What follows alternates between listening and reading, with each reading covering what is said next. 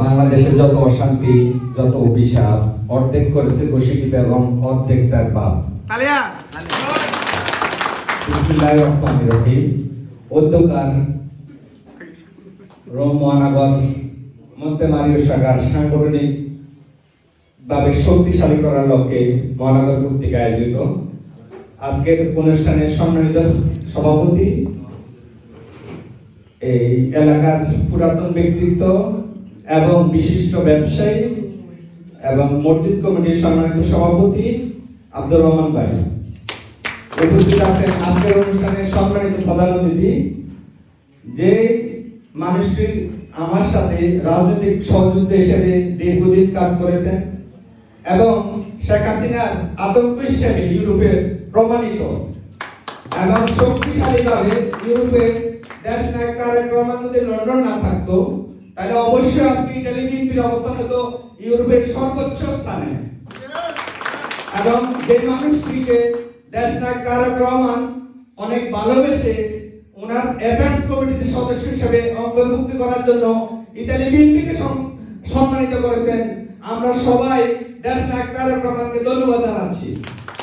আজকের অনুষ্ঠানের বিশেষ অতিথি মহানগর বিএনপির ভারপ্রাপ্ত সভাপতি, ইতালি বিএনপির সম্মানিত সহসভাপতি জনাব সিরাজুল ইসলাম মিতা ভাইকে ধন্যবাদ জানাচ্ছি আজকের এই সুন্দর আয়োজনের জন্য।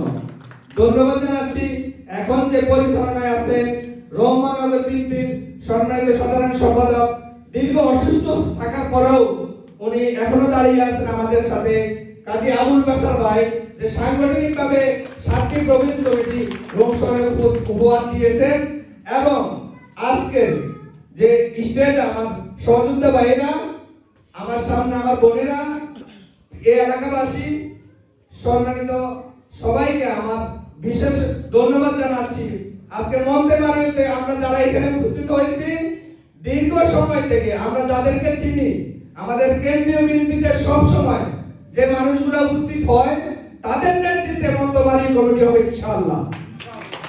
ইনশাআল্লাহ 5 আগস্টের পরে যারা শুধু বিএনপি করে তাদেরকে নিয়ে নয়, যারা দীর্ঘ সময় মন্তেমারিতে বিএনপি সব কিছুর সাথে সেন্ট্রাল কমিটির সাথে একাত্মতা ঘোষণা করেছেন তাদেরকে নিয়ে কমিটি হবে ইনশাআল্লাহ।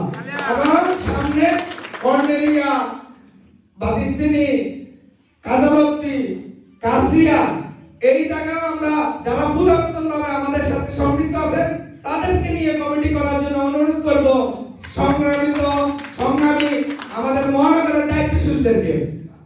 ধন্যবাদ জানাচ্ছি, সময় কম, সবাইকে ধন্যবাদ, সাংবাদিক ভাই এবং বোনদেরকে। আসসালামু আলাইকুম ওয়া রাহমাতুল্লাহ।